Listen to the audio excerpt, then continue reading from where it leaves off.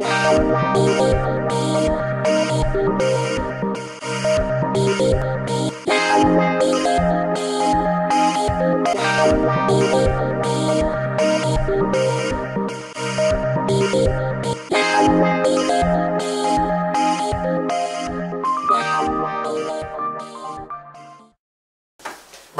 maman, Bandeko, mesdames, mesdemoiselles, messieurs, bonsoir. Merci de nous accueillir une fois de plus chez vous.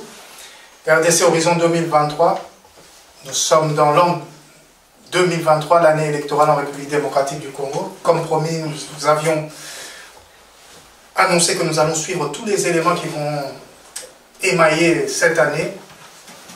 Et aujourd'hui, ce samedi 21 janvier, nous allons voir un peu la situation actuelle de la République démocratique du Congo, notamment les dernières mises en place au niveau de la présidence et les arrestations dont on a entendu parler, la crise entre le Rwanda et la République démocratique du Congo, et bien évidemment l'état d'avancement de l'enrôlement des électeurs pour ce cycle électoral de cette fameuse année 2023. Mais avant toute chose, comme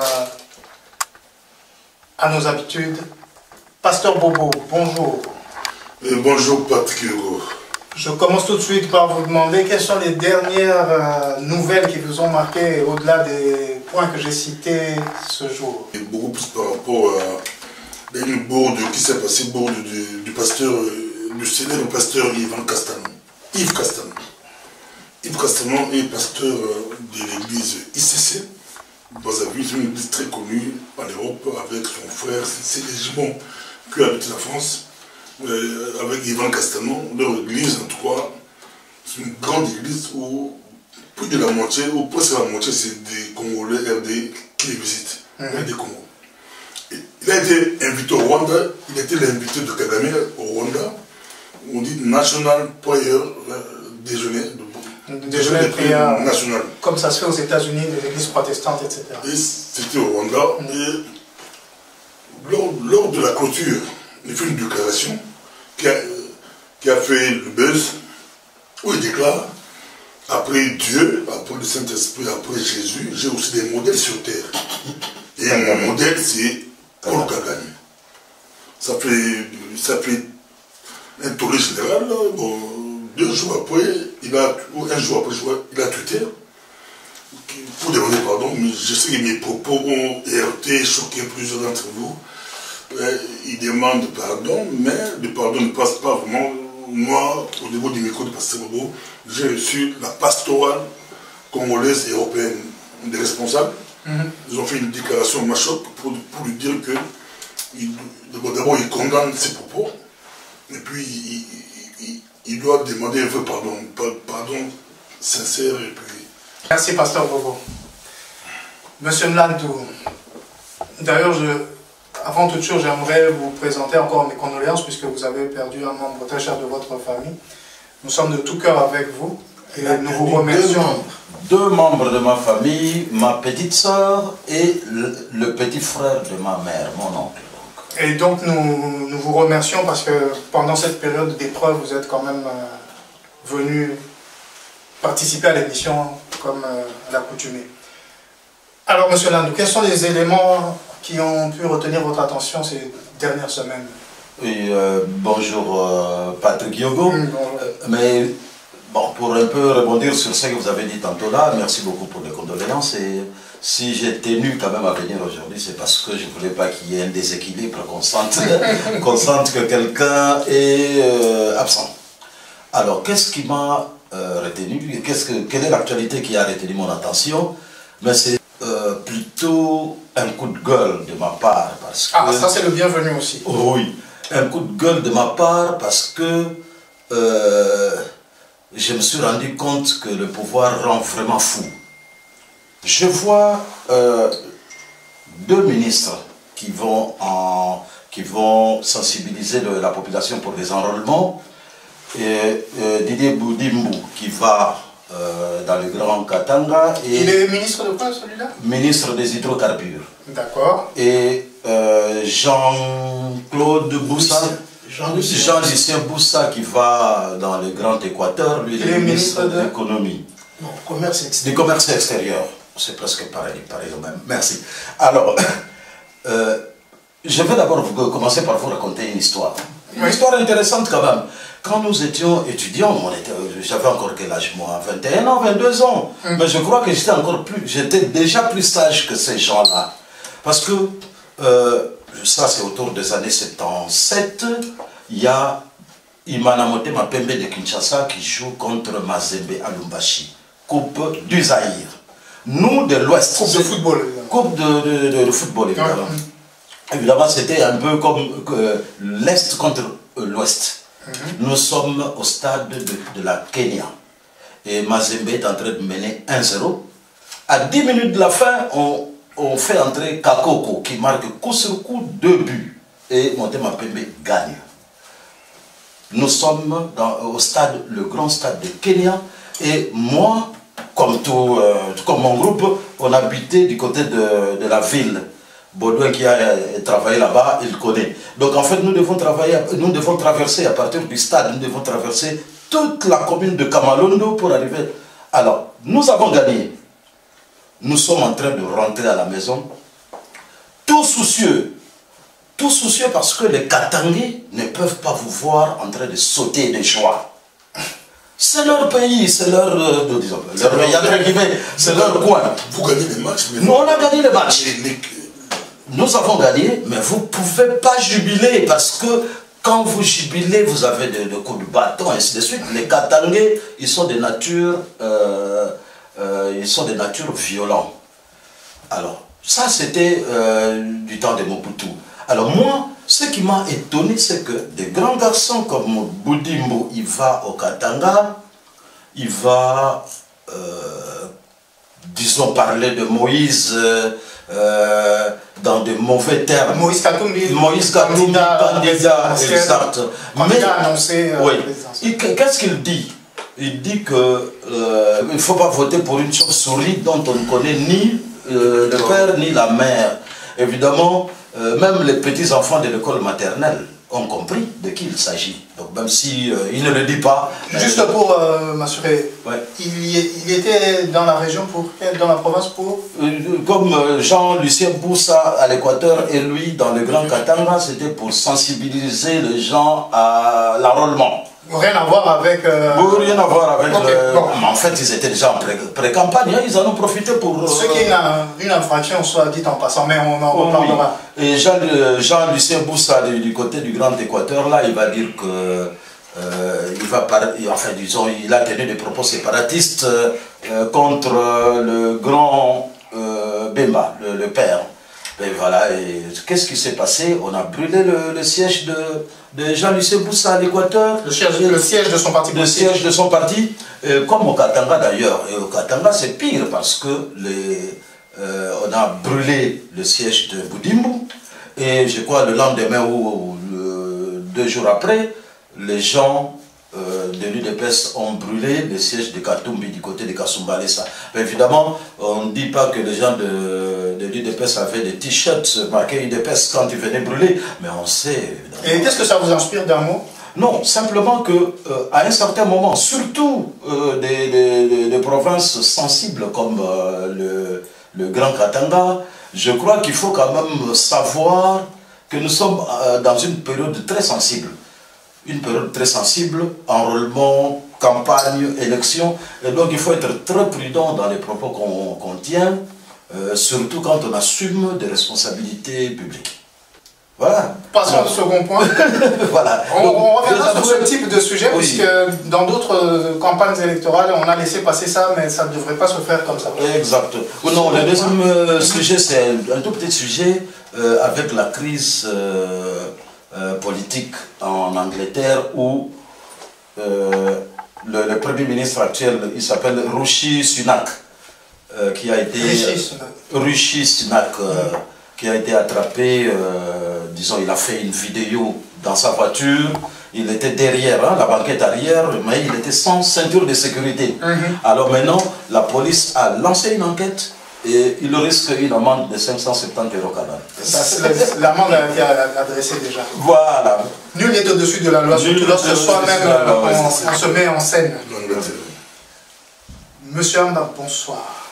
Bonsoir Patrick Yogo. Alors, avez-vous quelques points à partager avec nous avant que nous entrons dans le seul sujet? Et je risque de prendre 5 minutes.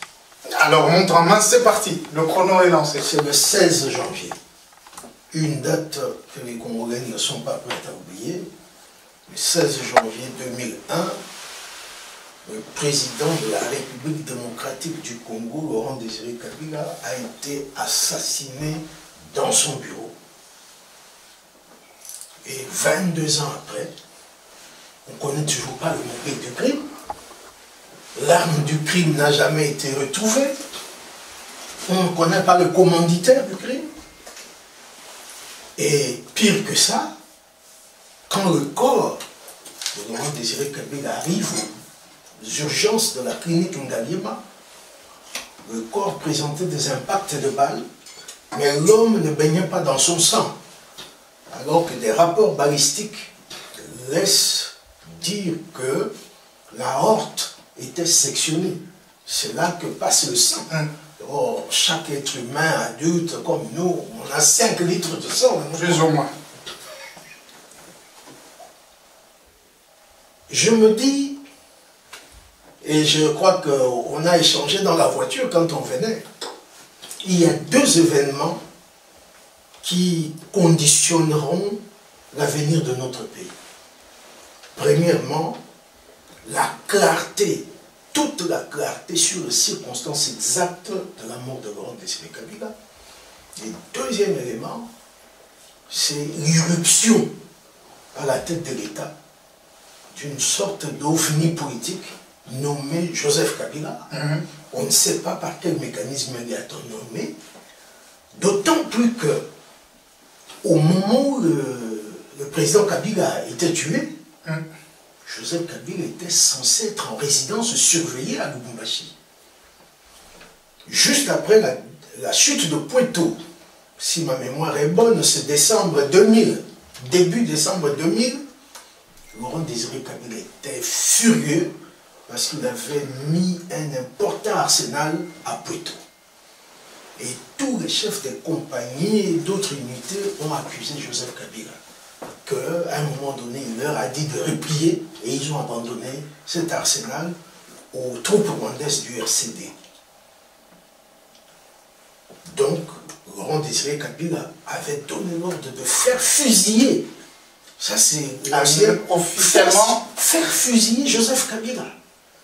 Ça, c'est l'ancien garde du corps, Jean-Pierre Mirindi, qui a écrit ça dans son livre.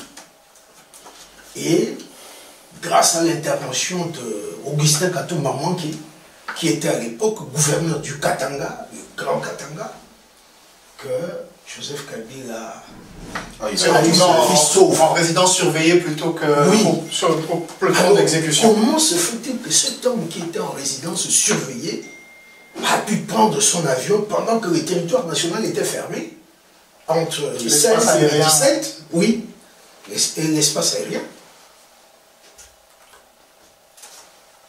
Et j'aime pas beaucoup la citer, mais Justine Kasavubu avait dit quelque chose, et je suis un peu comme Nicolas Sarkozy, quand Marine Le Pen dit qu'il fait beau, si c'est vrai, je le dis. Justine Kasavubu avait dit que ce qui s'est passé à Kinshasa le 16 mai, c'est un coup d'état de palais, et je lui donne raison.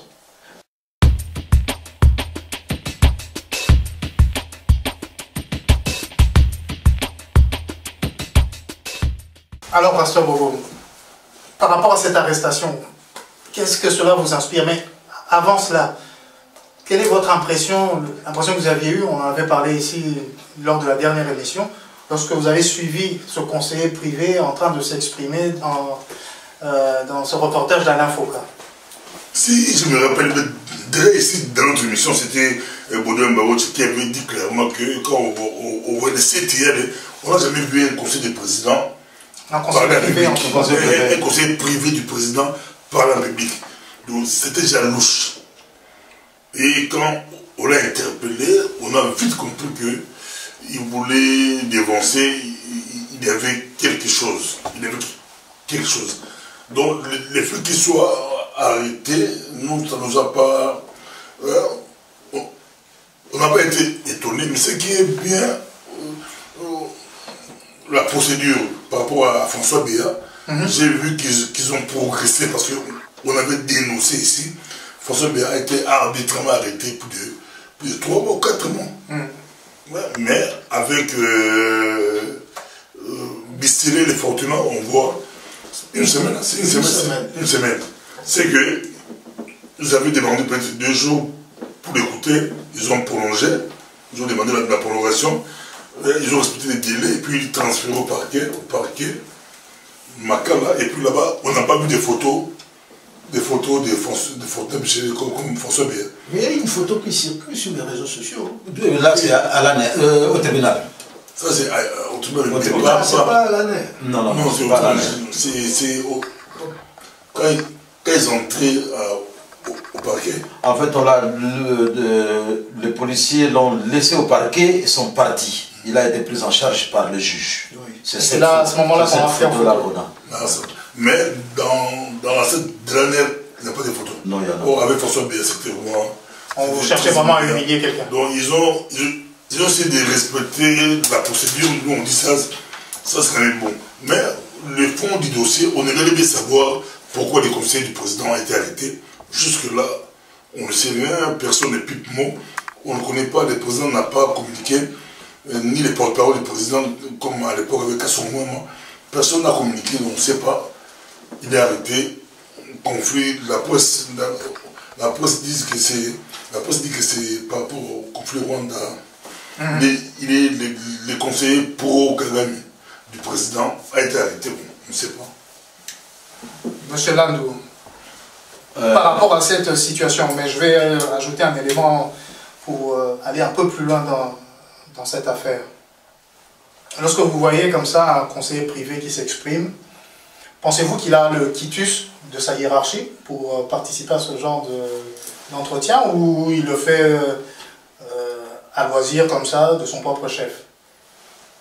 Et pour le reste, vous pouvez commenter évidemment les impressions que vous avez par rapport à cette interpellation, arrestation et ce fameux documentaire. Oui, merci beaucoup Patrick.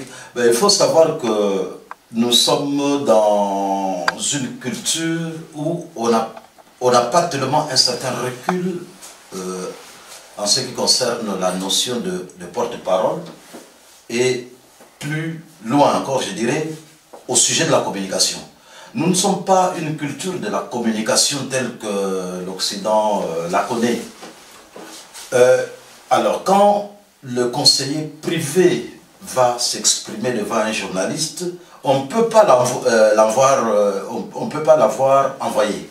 C'est plutôt, sûrement, je crois, ce qui est plus probable, c'est une initiative du journaliste qui va faire un apparatchik pour avoir des nouvelles, ou peut-être aussi l'initiative d'un politicien qui cherche un journaliste parce qu'il veut communiquer.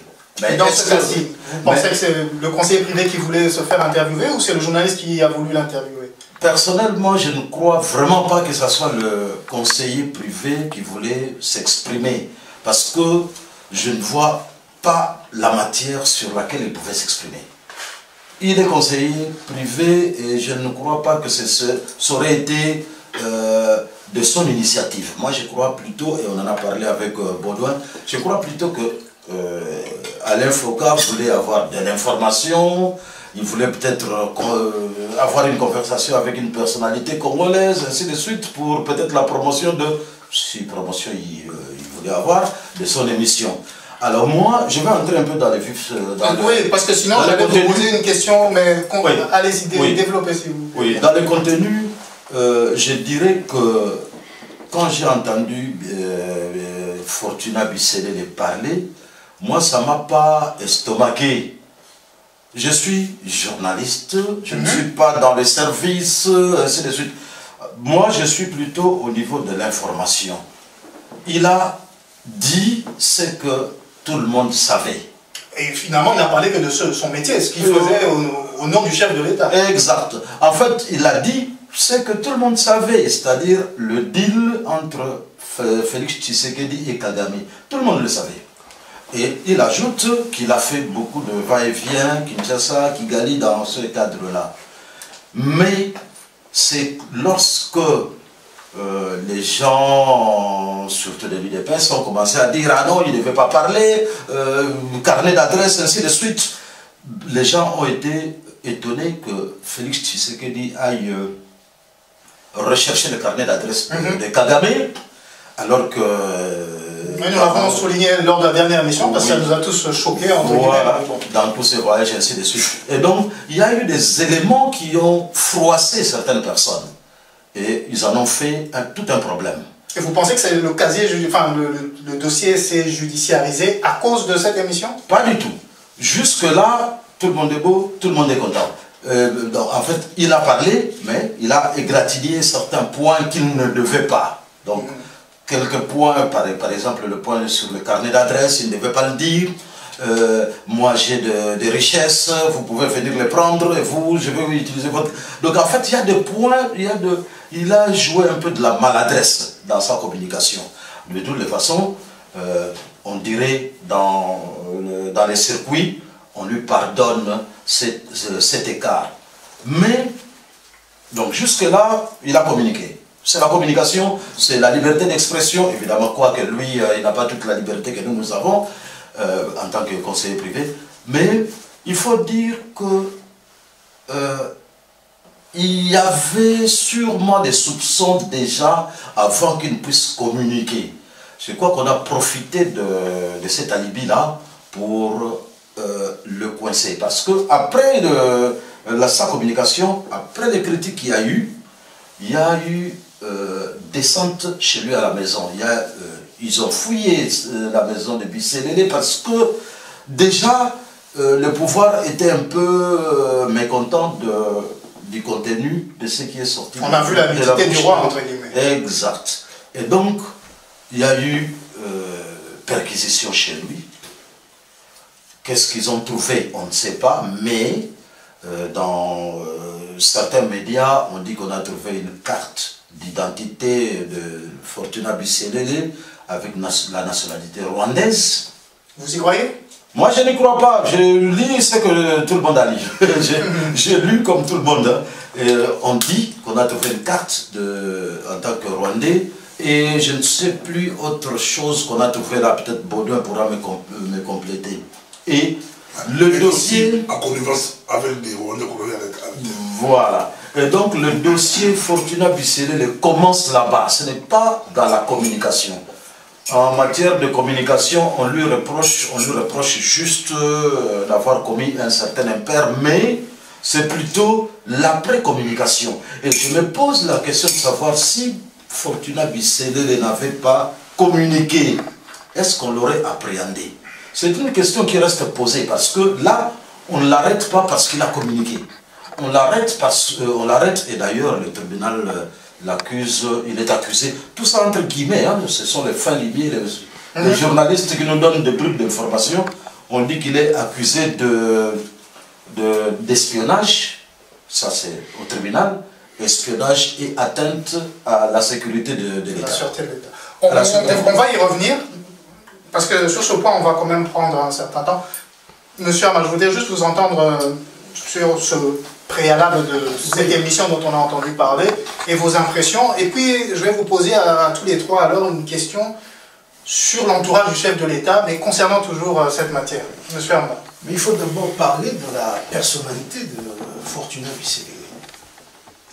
Bisselele, c'est un ami personnel à Félix Tshisekedi, l'actuel chef de l'État congolais. Comme le sont souvent les conseillers privés, de préférence, et des gens oui, très proches. Si on très dit, proches. Mais c'est vraiment un ami à lui. Ça, c'est un. Deux, pendant la rébellion du RCD, il avait rejoint le RCD Goma. Et il semblerait même qu'il appartenait au service de renseignement du RCD, formé par les Rwandais. RCD Goma, pour rappel, qui est une rébellion qui a été soutenue, équipée, tout à fait, comme le Rwanda, par le Rwanda. Et beaucoup de gens ironisait en disant qu'il est l'œil et l'oreille de Kagame dans le cabinet de Félix Tshisekedi. Mais depuis quelques jours, il semble qu'il n'était plus en odeur de sainteté à la présidence. Et puis, il y a eu le fameux documentaire d'Alain Foucault. Pour faire un tel documentaire, ça demande beaucoup d'argent. Il semble que Bissilele a fait ça avec Pacifique Kahacha, un des conseillers. Lui, il est maintenu, il n'a pas de problème. Et il semblerait que le chef de l'État n'était pas au courant. Parce que c'est bien au conditionnel. Hein. Il semblerait. Puisqu'à ce niveau-là, mais alors je vais y revenir. Je vous laisse développer. Il n'était pas au courant et depuis qu'il a été interpellé, arrêté hier, je ne sais pas si vraiment des journalistes qui font des dépêches sur les réseaux sociaux ont pu prendre connaissance de PV d'audition. Il parle effectivement de charges, comme le journaliste vient de le dire. On parle aussi de propagation de faux bruits. C'est une charge reprise dans le code pénal de faux bruits. Faux bruits. Propagation de faux bruits. Ok. Mais j'ai même lu que propagation de fausses informations. On va vérifier ça aussi. Et je crois que c'est Pasteur Bobo qui a fait remarquer ça. Quand on a donné l'ordre d'arrêter François Béa, l'ANER s'est précipité chez lui et puis l'ANER a donné les qualificatifs. Tentative d'atteinte à la vie du chef de l'État, attentat contre la sûreté intérieure de l'État, etc., etc. Et François Béa a passé plus de 60 jours à l'ANR. Or, normalement, lorsque les officiers de police judiciaire constatent une infraction, réunissent les preuves et identifient l'auteur présumé, on prend le dossier, on donne au procureur, au ministère public, comme on dit.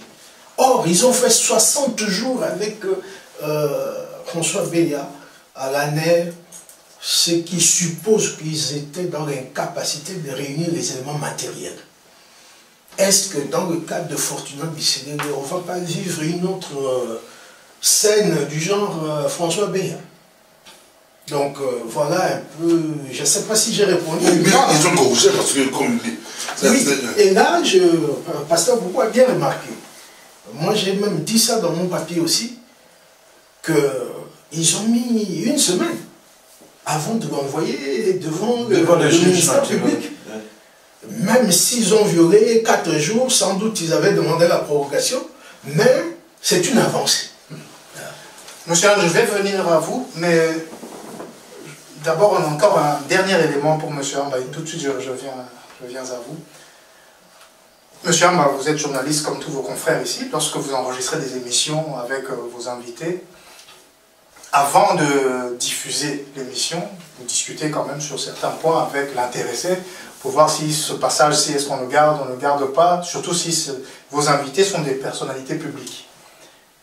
Dans ce cas-ci, vous, dans votre qualité de journaliste, vous pensez vraiment qu'Alain Foucault a pu faire diffuser cette émission sans avoir l'aval des intéressés et que ces intéressés, ça c'est une autre affaire, n'aient eu l'aval de leur hiérarchie?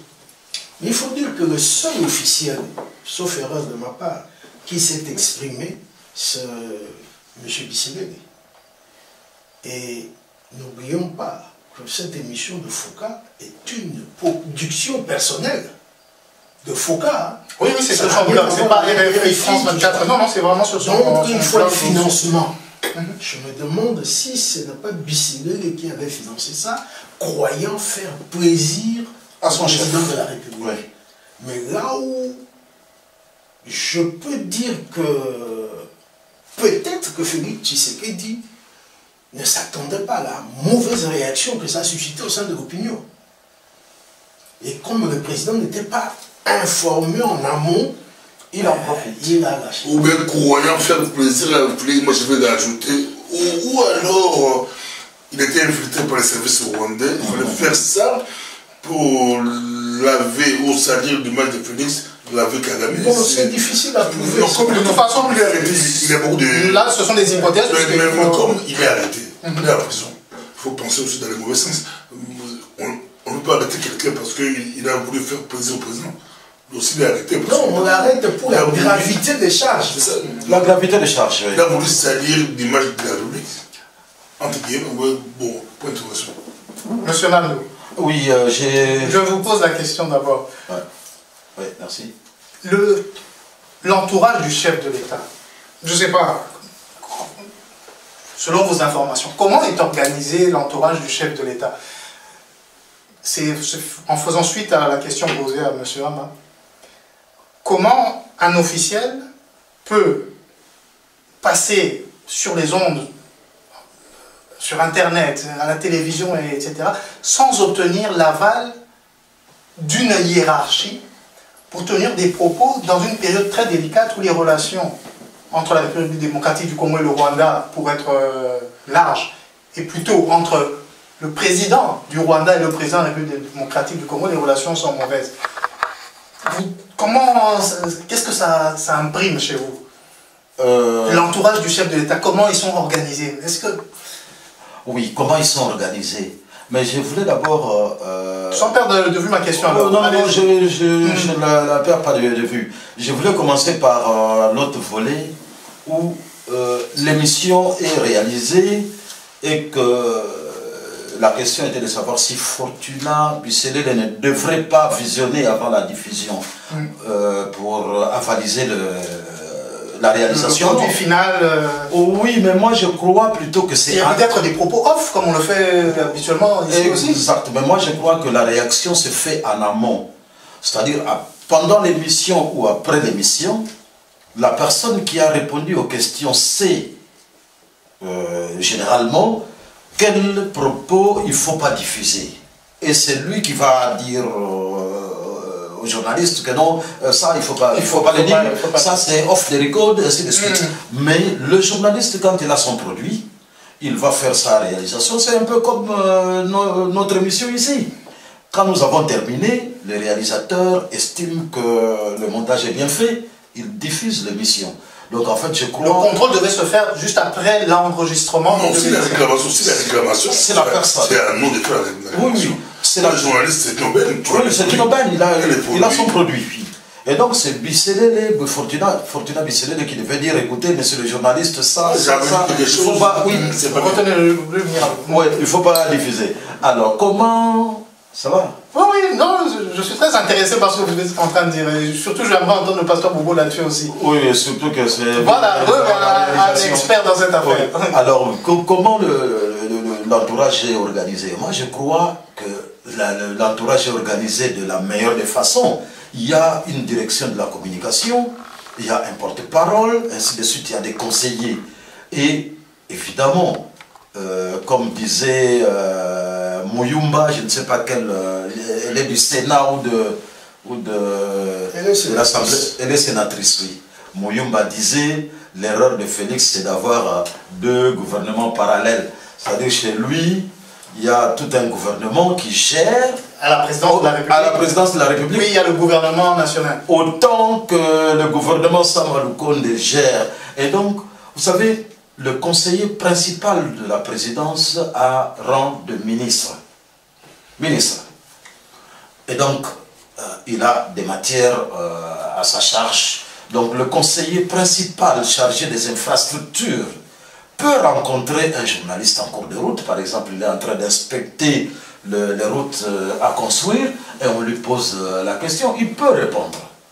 Il peut répondre parce que... Ça, c'est à chaud. À chaud. Cela fait partie quand même de ses attributions en tant que ministre de la présidence chargé des infrastructures. Mais Fortuna Bisselele, c'est une exception. Lui, il est conseiller privé. Et donc, il n'a vraiment pas de marge de parole. Je crois qu'il lui est même interdit de donner une interview.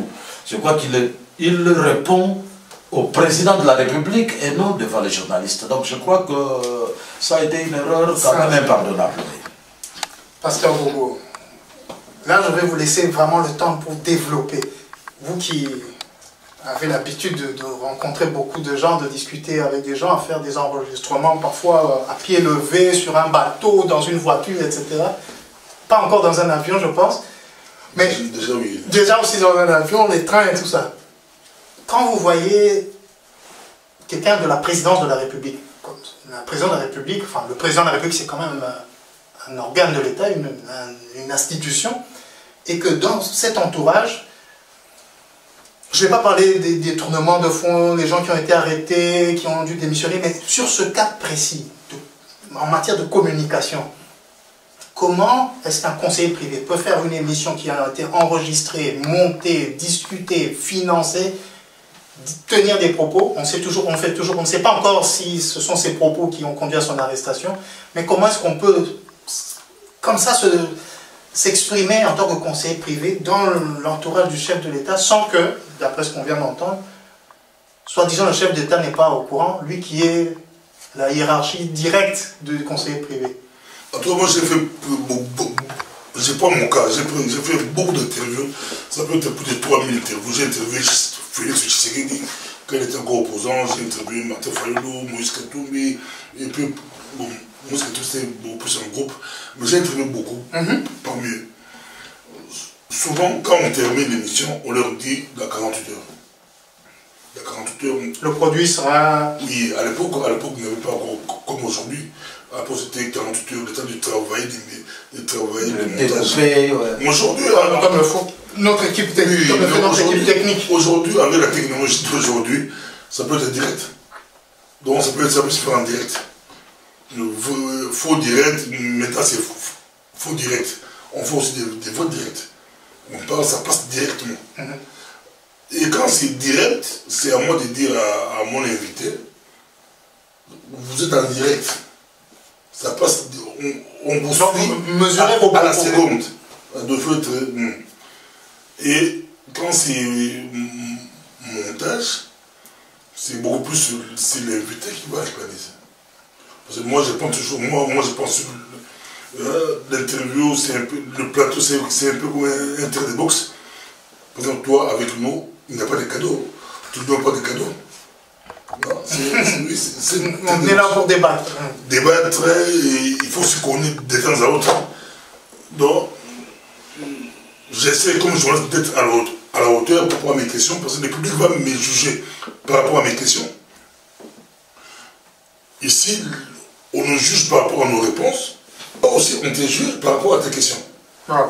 Mais à la fin, si il y a quelque chose qui n'est pas vraiment bon, j'ai fait une faute grave, par exemple, de français ou de quoi, je peux négocier, Patrick. J'ai fait une faute grave, est-ce qu'on peut enlever ça? Oui, Patrick. Dans le cadre de Fortuna, il est conseiller du président, il peut dire que, d'abord, à son niveau, à l'interview avec Focard, il n'était pas seul. Donc il devrait être accompagné d'un conseiller à communication, d'un professionnel à communication qui est dans la chambre, qui est en face, qui écoute.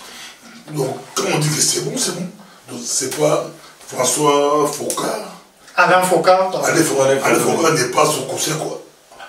À communication, c'est pas son ami, c'est pas. Lui, on le paye, il fait son boulot, c'est tout. Merci, Pasteur Bobo. Monsieur Land, vous avez quelque chose à dire et puis je passe la parole à Monsieur Amba. Oui, Patrick, c'était juste un petit rappel pour dire que ce ne sont pas les propos de... C'est pas l'interview de Fortuna qui le fait arrêter. Ça, c'est juste un petit rappel. On ne sait pas. Pardon, je voulais terminer. Je voulais terminer. Ce n'est pas l'interview qui le fait arrêter. L'interview est un alibi pour qu'on l'arrête. L'interview est un alibi. C'est pour cela que moi j'ai même posé la question de savoir s'il n'avait pas fait cette interview, est-ce qu'il serait aujourd'hui en prison ou à Makala? Parce que c'est à partir de l'interview qu'il y a perquisition, ainsi de suite. Donc il y a un dossier post-interview. Mais dans les propos après l'interview ou pendant l'interview, moi je crois que Fortuna Bisselil, après son interview, s'est dit que moi, Fortuna, j'ai bien parlé. Moi, je crois qu'il y a eu une autosatisfaction. Il ne s'est reproché de rien. Et d'ailleurs, il n'y a rien à se reprocher, sauf l'histoire monsieur a un carnet d'adresse, moi je n'en ai pas, je vais... Peut-être ça, c'est une maladresse. Mais il n'est pas arrêté à cause de l'interview. L'interview a servi d'alibi. On ne peut pas être formel. Oui, c'est ça, effectivement. Mais quand vous voyez le grief d'accusation au tribunal, le tribunal dit « Nous n'avons pas arrêté Fortuna Bissilele à cause de son interview. Nous l'avons arrêté pour ceci, ceci et cela. » Voilà. Donc, c'est pas ça. Est-ce que les termes écrits dans les... On ne sait pas les retrouver de l'interview? Ça, on ne va pas revenir là-dessus puisqu'on peut le retrouver. Le terme qu'on dit trahison...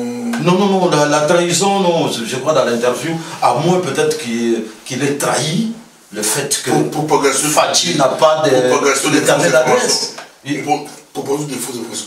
On peut aussi les retrouver dans... Oui, mais d'accord, oui, mais non, dans l'interview, je ne crois pas. C'est-à-dire ce que le pasteur Bobo veut probablement dire, c'est que le contenu de son message peut avoir les caractères des griefs qui lui ont été reprochés. Qu'est-ce que vous en pensez? Non, personnellement, non. Au niveau des services, ils ont repéré des messages codés. Ça peut être des messages codés. Mais les messages codés n'étaient pas dans l'interview.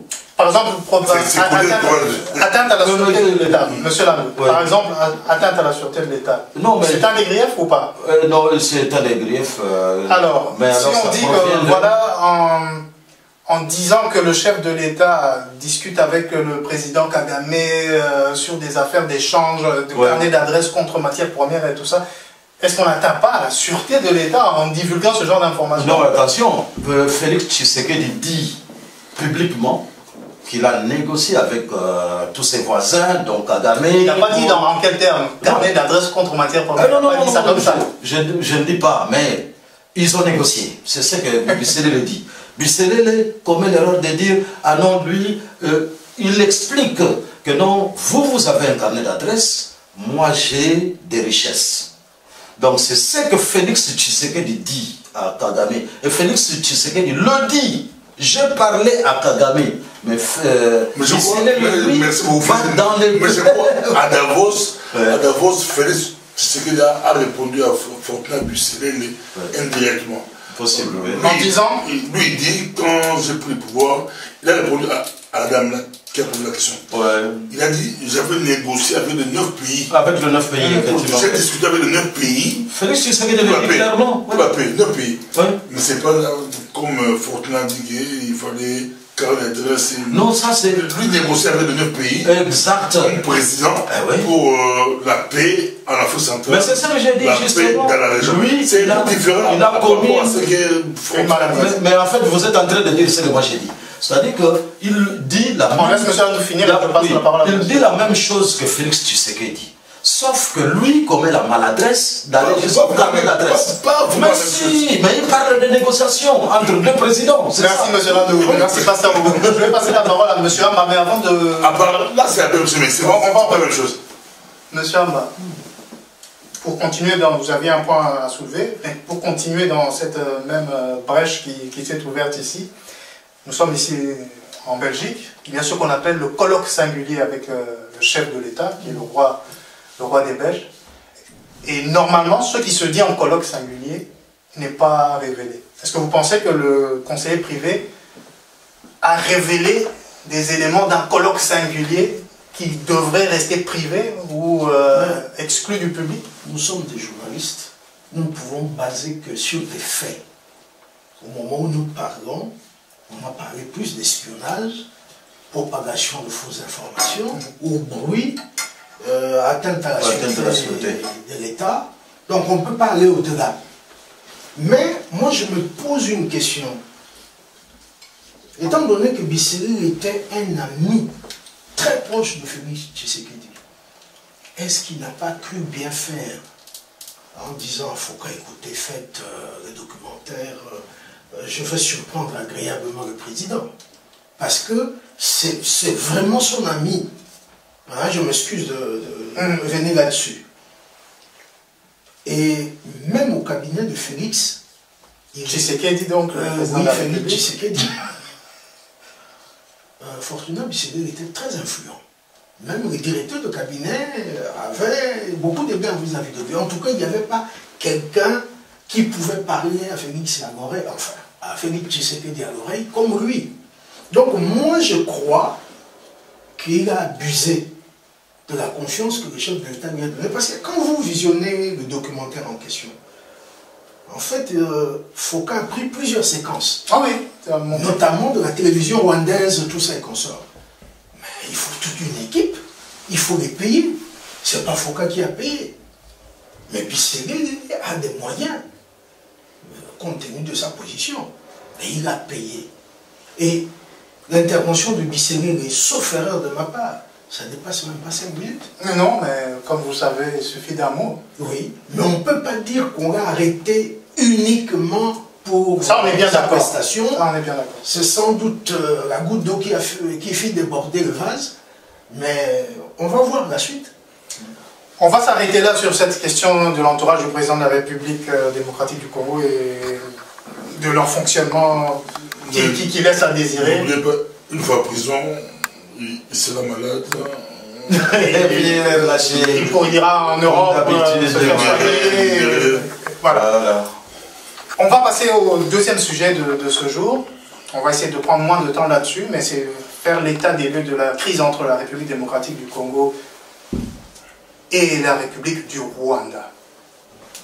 Pour rappel, Bunagana, cette localité en République démocratique du Congo, est toujours administrée par le groupe armé M23. Non, ça va même au-delà maintenant. Ça, c'est le territoire de Rutshuru. Ça fait 222 jours, pour ne prendre que l'emblème ou l'aspect emblématique de la localité de Bunagana, 222 jours que cette localité est administrée. Lorsqu'on dit administrée, ça veut dire quoi? C'est-à-dire qu'on a remplacé l'État. On impose, donc on collecte des impôts, des taxes, on redistribue les recettes de l'État par des services de sécurité, d'adduction d'eau. Donc on a remplacé l'État. 222 jours. Dans le même temps, les forces régionales de la communauté de l'Afrique de l'Est sont sur le terrain.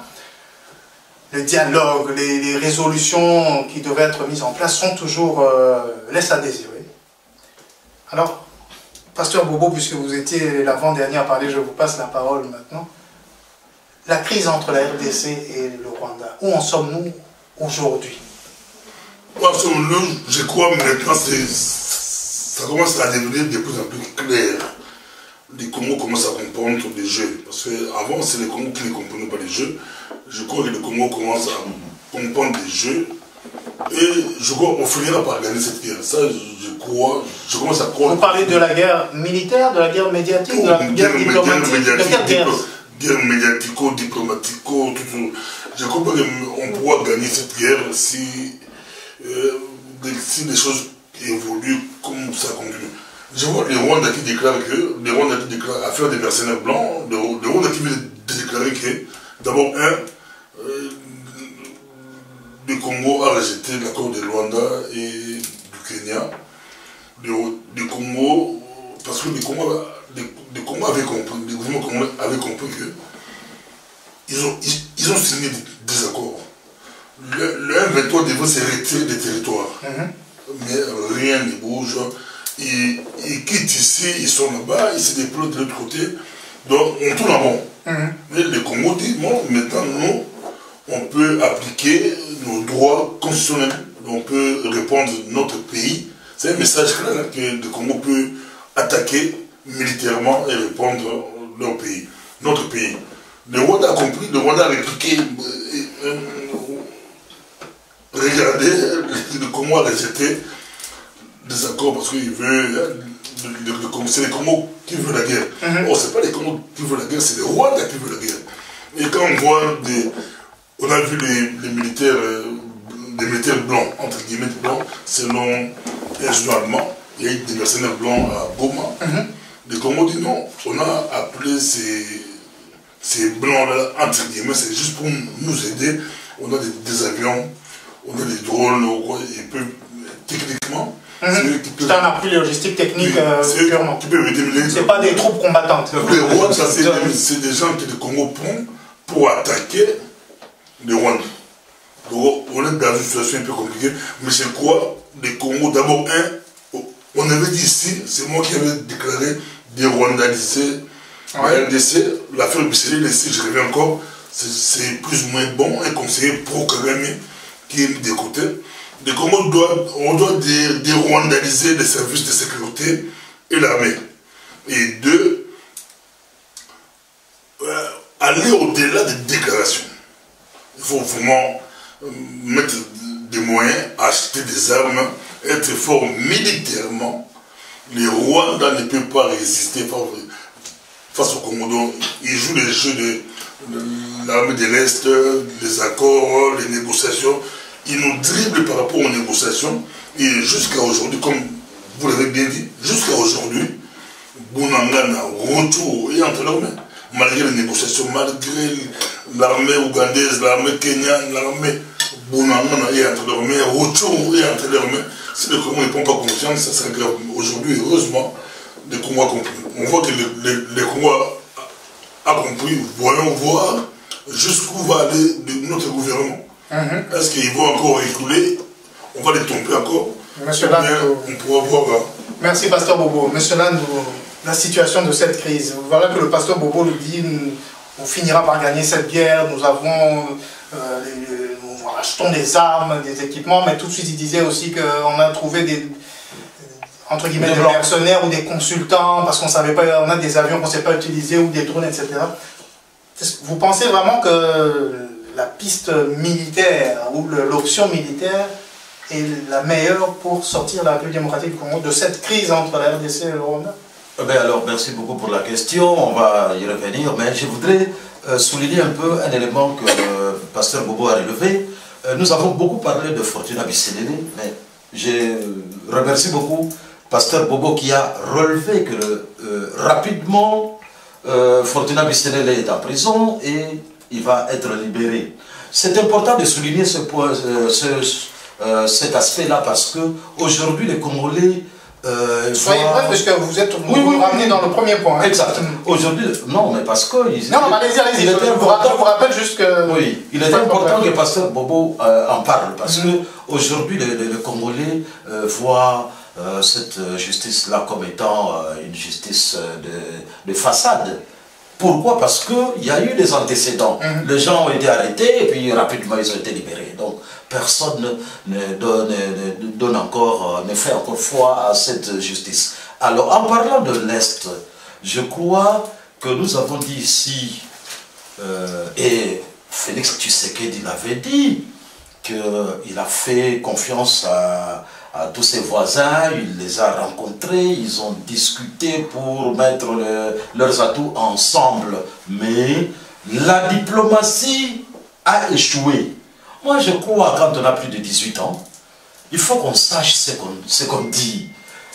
La diplomatie a échoué. Moi j'étais très content quand le président Tshisekedi l'a dit. Ça veut dire quoi? Que la diplomatie a échoué. Nous laissons tomber la diplomatie. Sinon, si vous estimez que votre bic magique n'écrit plus, mais il faut changer de bic. Alors, la diplomatie a échoué et donc il fallait passer à l'autre étape qui est la guerre. Alors, qu'est-ce que Félix fait? La diplomatie, Félix Tshisekedi fait, la diplomatie a échoué. Nous allons continuer à faire de la diplomatie qui a échoué. C'est ce qu'il a fait. Il est parti à Luanda, il est parti à Nairobi, chercher même des militaires qui l'amènent à l'est des forces de East African Community. Oui. Et donc aujourd'hui sur le terrain, contrairement à ce que Pasteur Bobo a dit, que nous allons gagner la guerre. Moi j'ai dit ici dans cette émission que on ne peut pas tirer, puisqu'on risque de blesser le Kenyan. Donc, en fait, la diplomatie a échoué, mais nous sommes allés à Luanda, où on nous a menti encore, on nous a trompés. Parce que quand vous lisez le texte de l'accord de Luanda, vous vous dites, un grand garçon ne peut pas signer ce texte-là, parce que nous sommes en train de combattre le M23. Et dans l'accord, il est dit que le M23 reste sur le sol congolais, il regagne ses positions. Il laisse le territoire occupé pour aller de ce... Et le M23 dit, nous allons laisser les territoires que nous avons occupés, nous allons nous replier. Mais si on voit un seul militaire de FARDC ici, nous revenons. Donc en fait, le président Félix Tshisekedi devait laisser tomber la diplomatie qui n'avait pas marché et, disons, agir selon sa logique. Aujourd'hui, le East African Community Forces, les forces, sont dans l'Est comme étant la MONUC 2. Déjà, la population a beaucoup marché contre la MONUSCO, pardon, pas MONUC, mais MONUSCO. Aujourd'hui, on amène les forces de l'East African Community qui sont venus en tant que scouts. C'est-à-dire qu'ils ne vont jamais combattre. C'est ça le deal, ils ne vont jamais combattre. Contrairement à ce que le président de la République croyait, il l'a dit d'ailleurs, ils vont entrer par Bunagana, ils vont commencer à tirer sur les M23. Les M23, ils vont sortir. Donc, en fait, on ne signale pas par où on va arriver. Ah oui, donc en fait, on devait être logique dans ce qu'on dit ou dans ce qu'on fait. La diplomatie a échoué, on laisse tomber la diplomatie, on va essayer d'acheter des armes, organiser l'armée, comme disait Pasteur Bobo, et attaquer. C'est tout ce qui nous restait. Aujourd'hui, où nous parlons, il est interdit d'attaquer, parce que si vous attaquez, vous allez blesser les Kenyans qui sont là. Merci, monsieur Lasso. Monsieur Amba, avons-nous les moyens de combattre, de passer de... Puisqu'on est en négociation, la diplomatie n'a pas fonctionné, d'après ce que dit M. Nadou, avons-nous les moyens de... D'après ce qu'a dit le président. De continuer cette relation d'une autre manière, à savoir par une victoire militaire. Je vous offre cette question-là et je vous laisse commenter pour les autres points qui ont été soulevés ici. Je voudrais d'abord donner une information pour rester dans l'actualité. Le Qatar voudrait jouer les bons offices entre Kagame et Félix Tshisekedi. Toujours dans la diplomatie. Il semblerait qu'un rendez-vous est pris pour le 21 janvier prochain. Le 21 janvier, c'est aujourd'hui samedi, 21 janvier 2023. Qu'est-ce que je raconte prochain? Le 21 janvier. Donc, c'est janvier, le 21. De toute façon, l'information est là. Il y a eu des négociations pour qu'ils se rencontrent. Aujourd'hui, je ne sais pas. Comme il est à Bruxelles. Le 23 pour... C'est le 23. Oui, janvier. Le 23. Le Qatar, donc. Oui, le Qatar. Pour qui se parle? Alors, il y a un autre élément d'actualité. Félix Tshisekedi a reçu hier à l'ambassade à Bruxelles, l'ambassade congolaise à Bruxelles, l'ancien commandant interarmes des États-Unis, Wesley Clark. C'est un général, je dirais, 5 étoiles. Oui, oui, oui. Mais à la retraite. Il était même candidat à l'élection présidentielle, un candidat malheureux, mais un homme qui est resté influent. En voyant ça, on se pose la question si Félix Tshisekedi ne cherche pas à faire appel à des vétérans de l'armée américaine. C'est-à-dire à des mercenaires. Non, mercenaires, peut-être pas. Mercenaires, ceux qui sont payés pour combattre. Ah, plus, pas des troupes combattantes. Former nos troupes. Parce qu'il a reçu, ça a circulé sur les réseaux sociaux. Et puis au moment où nous parlons, parce que justement, Kagame a déclaré que le Congo se prépare à la guerre, il a embauché des mercenaires.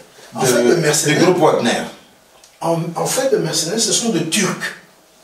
Parce que dernièrement, un avion turc est venu nous livrer un lot de matériel militaire et des Turcs se trouvent actuellement à Goma pour initier les Congolais au maniement notamment des drones, etc., etc.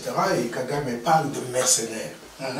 Or, le M23, comme Cornelis l'a dit aussi, dès qu'il ne quittera les territoires qu'il occupe que de manière ordonnée et séquencée. Donc, c'est eux qui vont décident de la cadence, du rythme.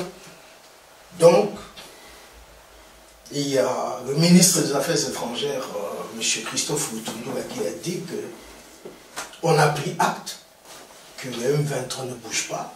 Eh bien, nous allons tout faire pour défendre l'intégrité du territoire national. Et il a emprunté un terme que Félix avait dit, utilisé aux Nations Unies, quoi qu'il en coûte.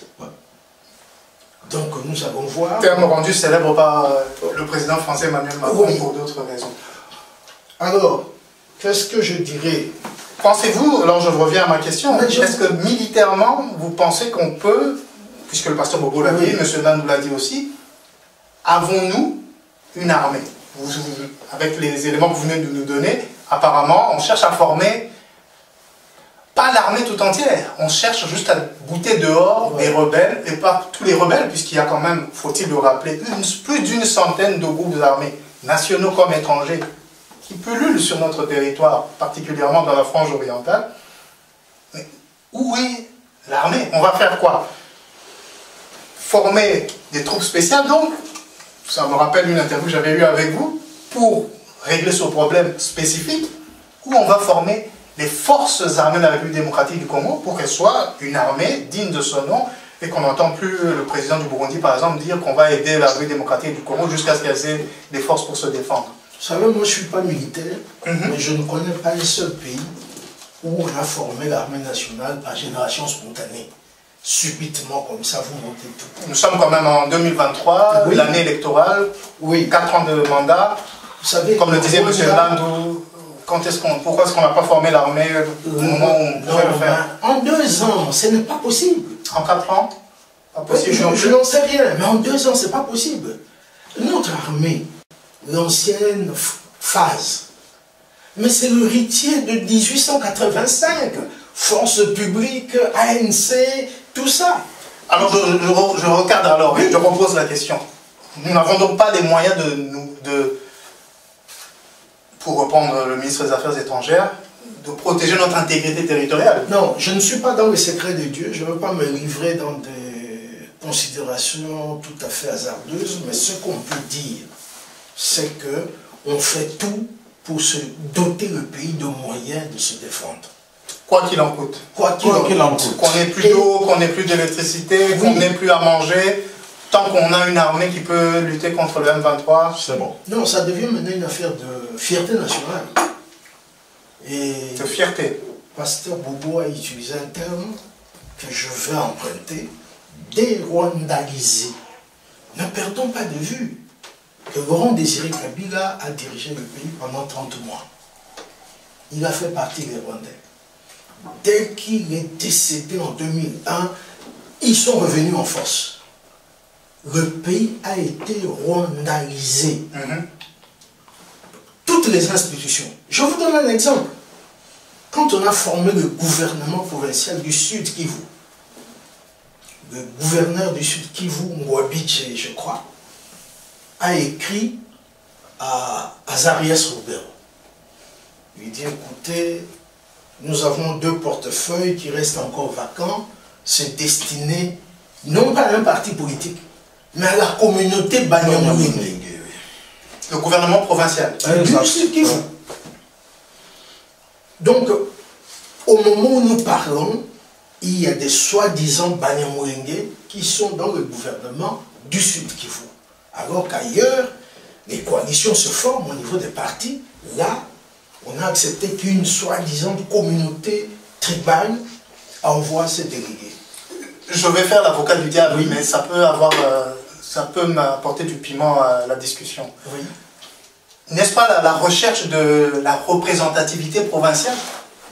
Non. Qu'il y aurait des Banyamulenge qui sont là, bon, on va essayer de partager l'administration de la province. Non. Je me fais l'avocat du diable, juste pour mettre un peu du piment. Nous sommes dans un système démocratique. Ce sont les suffrages exprimés par la population qui déterminent... Le gouvernement provincial, non, c'est le gouverneur qui... Il n'y a pas d'élection là, c'est une... Ah si. Les députés provinciaux sont élus. Non, non, la province. Soyons calmes. Oui. Le gouvernement provincial, c'est des nominations. L'exécutif est nommé par le chef du toujours en gouvernement. rapport avec le dosage, comment dire, la représentativité provinciale. Et donc, je vous dis, gouvernement. si il y a une communauté Banyamulenge dans cette province-là, est-ce que ce n'est pas dans ce sens-là que parlait le gouverneur? Il y a la communauté BMB et les autres. Oui. Ah, exactement ça. Bafouiro. Oui, justement, c'est pour ça que Alors pourquoi on ne les met pas? Ils ne sont pas dedans? Ah non. Non, mais le problème qui est là, Ce sont des partis. UNC de Vital Kamere, AFDC de Bahati Lukwebo. Voilà. Il n'y a que les Banyamulenge qui sont représentés en tant que communauté. Et ils sont aussi dans les partis politiques. Donc, en même temps, ils ont infiltré les partis politiques. En même temps, ils ont aussi leur quota à eux seuls comme communauté. Donc la rwandalisation, comme oui, tout à fait. Puisqu'on est tous d'accord ici que la communauté ou de l'ethnie, la tribu Banyamulenge n'existe pas en République démocratique. Non, la tribu n'existe pas. C'est une... Tous les documents le prouvent. D'ailleurs, vous avez suivi que Roubero a eu quelques ennuis au niveau du service de migration. Parce qu'il semblerait, et je ne prends jamais ce métier. Azaz Roubero, donc ancien ministre de l'intégration, de décentralisation et intégration régionale, quelque chose comme ça. Il semblerait. Ce qui était déjà anecdotique. Oui, il semblerait que c'est un média, la African Intelligence, qui a publié que le FBI aurait découvert un financement destiné aux groupes armés chez nous en provenance de Tutsis qui sont aux États-Unis. Et la nègre, en collaboration de Dieu. Oui, mais d'accord, comme me dit Amba, c'est un journal qui le révèle. Oui. On n'est pas sûr que c'est... Oui. Ouais, voilà. Et, pour conclure, ce que je trouve anormal, Azarias Roubero, membre du gouvernement, il lui arrivait de prendre position pour défendre une communauté. Ouais. Il a été d'ailleurs interpellé avec l'affaire Minembwe. Oui. Donc voilà un peu. Voilà. Et puis à partir de l'affaire Minembwe, il a disparu. Ouais. Et puis commence à réapparaître avec le conflit RDC-Rwanda. Il faut qu'on crève l'abcès. On a posé la question avec Orumanga Comment ça parle quelque chose de pareil. C'est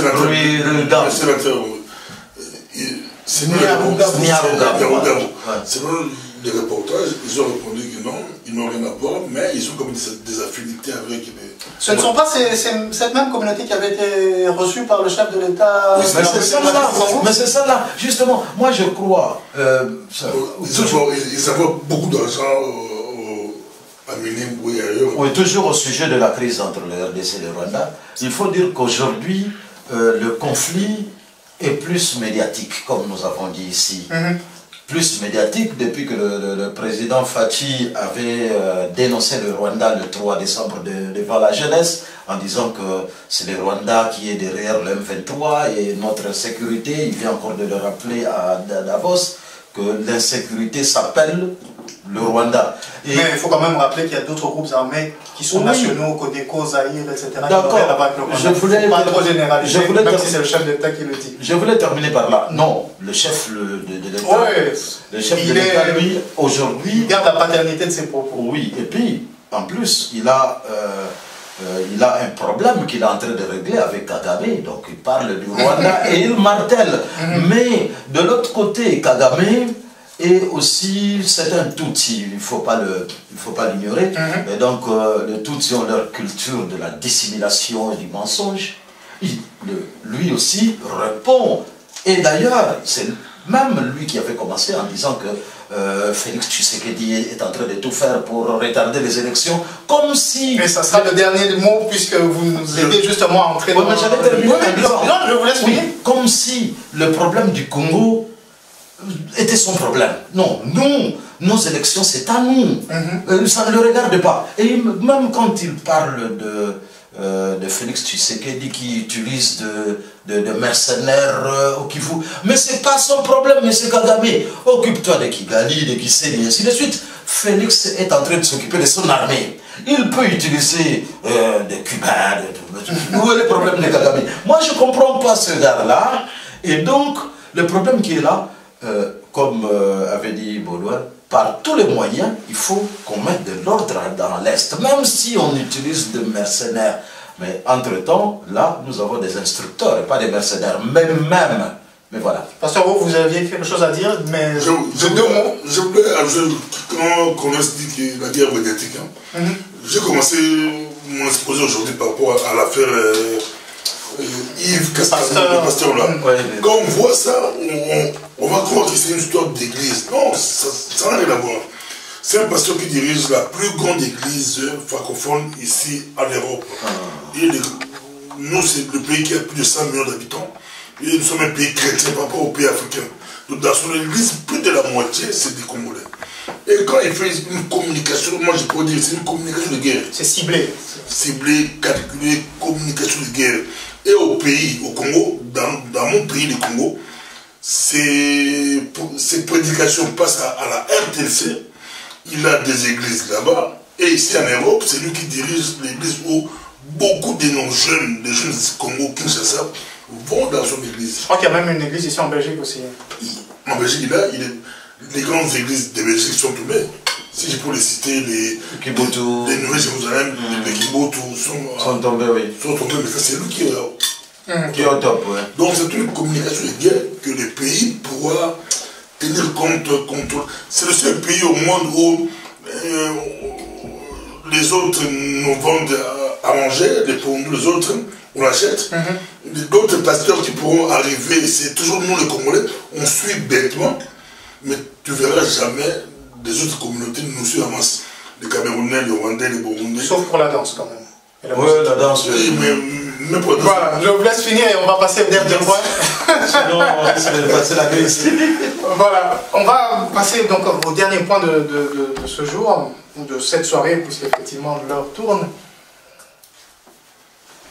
Nous sommes en 2023, c'est l'année électorale. Monsieur Land le disait justement ici, en parlant du président rwandais qui ne devait pas s'occuper de nos affaires électorales. Alors on va s'en occuper de nous-mêmes.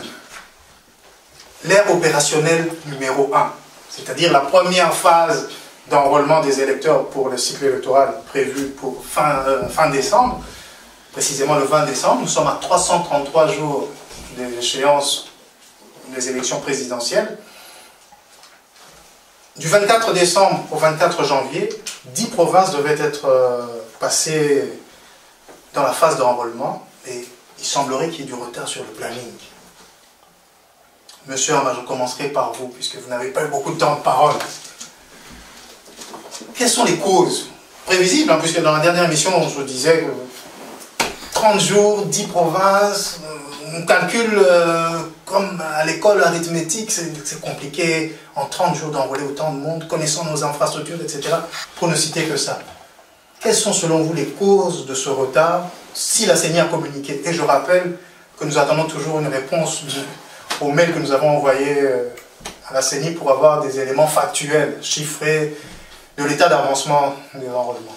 Bon, de manière générique, on parle de lenteur au niveau de l'enrôlement. Il y a des bureaux, soit ils sont ouverts, la machine ne fonctionne pas, soit c'est ouvert, il y a des machines, mais il n'y a pas de cadre compétent pour faire l'enrôlement, l'identification, etc., etc. Ce qui fait qu'il y a ce retard. Et il y a même, moi je n'arrive pas à comprendre, il y a des gens qui se plaignent qu'ils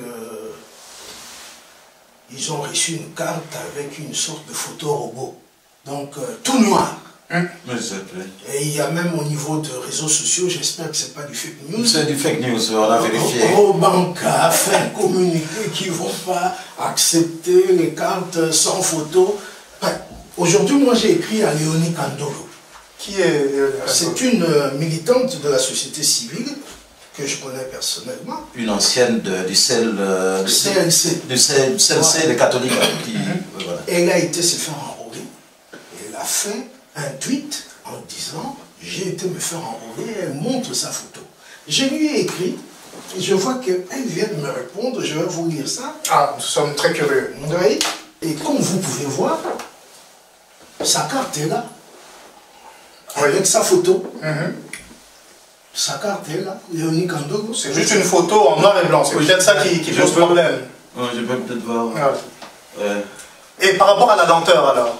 Oui, la lenteur, c'est... Il paraît qu'il a eu cette même impression qu'il y avait de la lenteur. Préposés qui ne sont pas au fait au maniement de la machine. Malgré les formations qui ont été tambour battant, annoncées. Je vous dis. Et puis, il y a des appareils qui ne fonctionnent pas. On prétend même, parce que je n'ai pas de preuves, les adresses indiquées pour les bureaux d'enrôlement. On arrive... Et la cartographie n'est pas... Oui. Donc, le démarrage paraît un peu compliqué pour la CENI. Nous sommes aujourd'hui le 21 janvier, il reste 3 jours. C'est le 24. Il reste 3 jours. Je vais faire le bilan. Mais notre compatriote Denis Kadima a été plutôt confiant dernièrement. Ah oui, je me souviens, vous étiez tous d'accord pour sauf moi. Un expert, Grodé, etc. Plusieurs millions de compatriotes ont reçu leur carte d'électeur, tout ça. Bon, on va voir sa parole contre celle de la population. Monsieur Landou, votre réaction par rapport à cela? Nous, on était là, on attendait, on a envoyé 1 ou 2 mails, je ne sais plus, pas de réponse, on essaie de trouver des contacts pour savoir... C'est tout simple. Pour rappeler ce qu'on disait, c'est juste avoir l'état d'avancement par rapport à la cartographie. Pas le nom des personnes, au mieux le sexe, masculin, féminin, mais surtout le nombre, juste pour qu'on voit la progression. C'est pas quelque chose d'extraordinaire. Nos équipes techniques pourraient le mettre en place, mais bon, la CENI est composée d'experts. Monsieur Landou, ce retard, oui. Vous pensez vraiment qu'on va finir, si avec les 10 provinces, on est encore là? Mais en fait, on doit commencer l'ère opérationnelle 2, c'est-à-dire qui comprend la Belgique aussi. Oui, voilà. Je vous laisse la parole. Oui, Patrick, la fois passée, nous avons avancé un chiffre qui était d'1 million d'enrôlés. Un chiffre qui était avancé par le premier vice-président de la CENI, je crois, Robota, qui s'appelle quelque chose de pareil. Mais l'objectif étant d'atteindre une quarantaine de millions d'électeurs normalement à la fin de cette phase d'enrôlement. Exact. Ça, c'était un premier chiffre, mais qui était déjà en deçà des expériences, des espérances. Oui. Au début, quand nous avons parlé de la CENI, nous avons dit que M. Kadima est un expert reconnu et que le délai record que la CENI s'était donné, je crois Pasteur Bobo qui a dit sûrement que le matériel est sophistiqué, ils peuvent aller vite. Moi je me suis dit que ce n'était pas sûr et certain. Aujourd'hui, tout le monde est unanime pour reconnaître qu'il y a un problème. Tout le monde... Nous l'étions avant l'heure alors. Oui. Vous l'étiez plus particulièrement, vous l'aviez exprimé de manière... radicale quand même. Oui. Aujourd'hui, tout le monde est unanime qu'il y a un problème. Et je vois... Lui dit quoi? Il dit quoi? Lui-même est optimiste, il dit que non, mais au début, quand on avait commencé à relever les problèmes des photos sur les cartes d'identité, j'ouvre une parenthèse, je la referme rapidement. Quand Léonie Kandolo montre sa carte avec une photo qui est noir et blanc. En noir et blanc, mais légèrement visible quand même. Hein. Oui, tout à fait. Il faut dire que les premières photos qui avaient posé problème n'étaient pas comme celle-là. Parce que même la CENI va... C'était donc un problème de matériel ou c'était un problème de maniement du matériel qui faisait que le zoom n'était pas bon? Oui, ça c'est pas le problème de Congolais ni de personnes qui se font enrôler, mais c'est le problème de la CENI. On ne sait pas si c'était la formation qui était incomplète des agents ou c'est le matériel qui n'était pas à jour. Il y a même des gens qui ont dit que le matériel que la CENI a amené, c'était du matériel de seconde main. Bon, ils sont méchants. Mais bon, tout le monde est unanime qu'il y a des problèmes. Et la CENI a reconnu qu'il y avait des problèmes techniques. Et Kadima a dit que c'est des problèmes que nous allons résoudre. Sûrement qu'ils ont commencé à résoudre le problème de netteté des photos. Parce que quand je vois la photo de Léonie Kandolo assez claire, je crois qu'on a résolu. Mais en tout cas, les premières photos sont invisibles. Merci, monsieur Landou. Mais il faut... Pasteur Bobo? Ils vont faire quoi par rapport aux gens qui étaient là le premier? Non, ils ne font pas... Ah oui, excusez-moi. Non, j'ai oublié. La CENI rappelle les premiers enrôlés aller faire échanger leur carte s'ils estiment que la photo n'est pas bonne. Et aussi, un élément que Baudou avait relevé ici, l'histoire de Western Union et consorts. Soyez rassurés que c'est un fake news. Hein.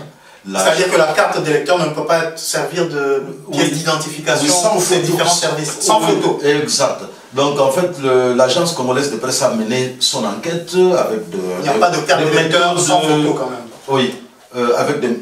Oui, il n'y a pas de carte d'électeur sans photo, mais de toute façon, ça, c'est des cartes d'électeur hein, qui vont être utilisées un peu comme des produits chinois, c'est-à-dire usage unique. Donc la carte d'électeur va être utilisée pour les élections, mais ça ne va pas servir de carte d'identité. Normalement, c'est à ça que sert une carte d'électeur pour les élections. Parce que l'ONIP, c'est l'ONIP qui va délivrer les cartes d'identité après les élections. L'ONIP, hein, pas la CENI. Mais dans l'entretemps, on peut aller chez Western Union et retirer son argent avec la carte d'électeur qui est en train d'être délivrée, ou la carte d'électeur antérieure. Et ceux dont la photo est vraiment floue, la CENI demande à ceux qui le rentrent qu'on leur refasse la carte. Ça, c'est prévu. Merci, M. Landou. Pasteur Bobo, ce retard, d'abord, pour vous, quelles sont les causes, à votre avis, et comment est-ce que la CENI, puisque vous avez toute confiance en l'équipe de la CENI, on va faire pour résorber ce retard? On nous a présenté Kadima comme un expert. Moi, je suis en contact, on dit qu'on peut faire échanger. On nous a présenté Kadima comme étant un grand expert. Vous l'avez relayé très souvent d'ailleurs. On nous a présenté, j'ai dit on nous a présenté. C'est pourquoi j'étais très en colère quand j'ai vu des ratés. Mais quand j'écoute Cornelis, c'est beaucoup plus des attaques des partis politiques. C'est pourquoi je pose la question. Lui-même, il dit quoi? Si vous écoutez Denis Kadima aujourd'hui avec son groupe, ils sont optimistes. Mais est-ce qu'il y a des chiffres? Parce que on sent qu'on ne peut pas si vous l'écoutez, l'opposition dénonce. Pas l'opposition, la population. Oui, ou la population dénonce, mais lui-même, jusqu'à aujourd'hui, tout va bien, madame la marquise. Ça va aller comme prévu, il y aura élection. Même, il refuse même de prolonger parce que l'Église catholique et l'Église protestante lui ont demandé de prolonger. De prolonger l'enrôlement de cette première. Mais il refuse. Donc il est sûr. Donc moi je prends Kadima. Lui il est sûr. C'est lui qui organise. Lui qui tout va bien. C'est lui le responsable. Donc si ça va mal, si quelqu'un doit être blâmé ou sanctionné, ça sera lui. Il a eu des ratés au début, mais ça va. C'est comme... je ne sais pas quoi faire. Il faut qu'on puisse... Que va-t-il se passer? Ça je ne sais pas. Mais quand lui il dit que tout va bien, ça progresse bien. Mais je voulais... Il reste 3 jours avant la fin, nous allons voir. Il dit que ça va. Avant de passer la parole à M. Landou, juste rappeler au bureau de la CENI, leurs responsables de communication et tout ça, l'affaire du processus électoral nous concerne tous. Donc il serait important de rendre public l'état d'avancement, que ce soit écrit ou non dans vos statuts, dans vos règlements ou dans la loi électorale. Donnez-nous l'état d'avancement, quantifiable. Ça ne vous coûte rien, ça nous rassure si on est dans la bonne voie. Et si ça traîne, comme ça, vous pouvez corriger et on avance. Mais c'est aussi par rapport à quoi que l'opposition qui est au lot. C'est pas par rapport à l'opposition qui est au lot, parce que l'opposition n'a pas... les éléments... Il faut bouder pour bouder. Alors je répète... J'ai vu l'ensemble des mots qui a tout dossier à dénoncer. Ils ont critiqué. Je ne sais pas par rapport à quoi. C'est pour ça qu'il faut qu'on tranche avec des chiffres. Alors, ensemble, je voudrais compléter parce que soupçonne Félix Tshisekedi et Denis Kadima de chercher à glisser. Ah oui. Voilà. Oui. Monsieur Landou, par rapport à la CENI, et puis on va clôturer, je vois qu'on a dépassé l'heure, évidemment. Oui, je voulais dire que l'histoire de la CENI, il faut... 30 secondes. Oui. Monsieur Landou, oui, je vous rappelle que la CENI n'est pas une histoire du pouvoir ou de l'opposition. Non, la CENI est une commission électorale nationale indépendante. Et un institut d'appui à la démocratie. Voilà, donc ce n'est pas une institution du pouvoir contre l'opposition, non. Elle est au milieu du village. Et quand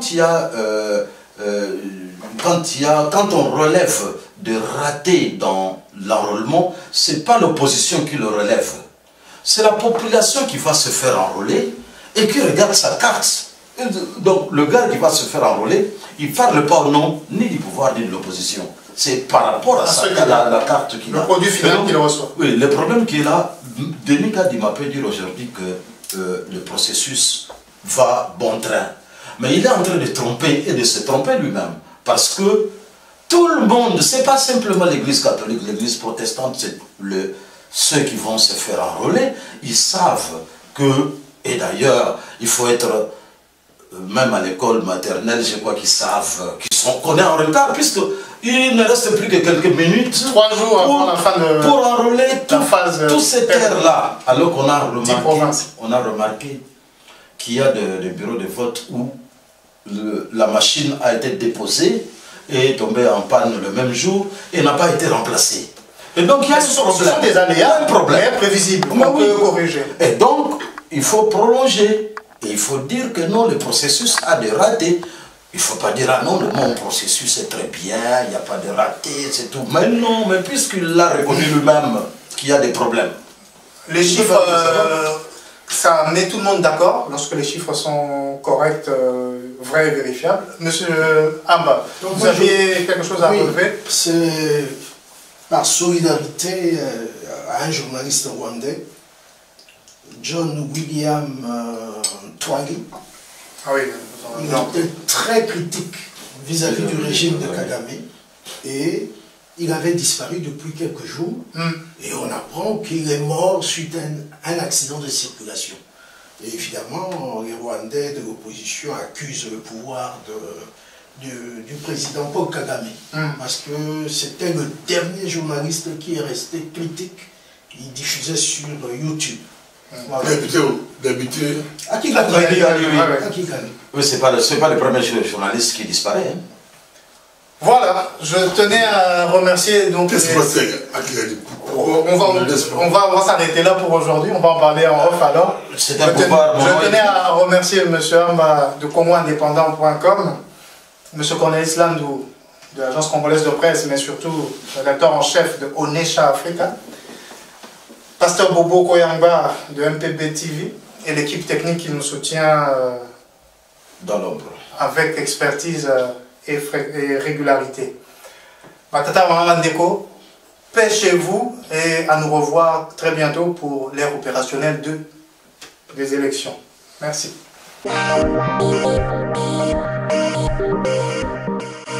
Thank you.